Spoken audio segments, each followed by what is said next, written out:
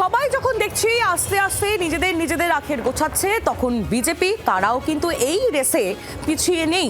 আজ রাজ্যে আসছেন অমিত শাহ, কেন্দ্রীয় স্বরাষ্ট্রমন্ত্রী। তিনি আজ ফের একবার রাজ্যে আসছেন, কলকাতায় তিনি আসছেন এবং এসেই বঙ্গ বিজেপির নেতাদের সঙ্গে তিনি বৈঠক করবেন বলে খবর পাওয়া যাচ্ছে এবং এখানেই তার সফরসূচি শেষ হচ্ছে না।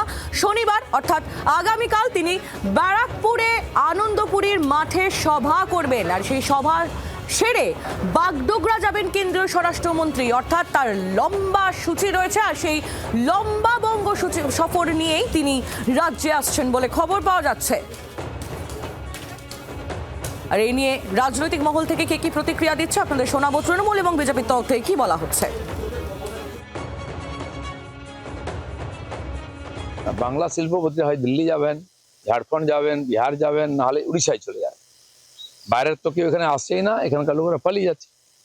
আর অমিত শাহ আসছেন, আমাদের কর্মী সভা হচ্ছে, রাষ্ট্রীয় সভাপতি এসছেন, তিনিও কর্মী সভা করেছেন, তিনিও কর্মী সভা করছেন। নির্বাচনের প্রচার শুরু হবে মার্চ মাস থেকে। যখনই ভোট আসে এরা ডেলিগেশন জারি করে।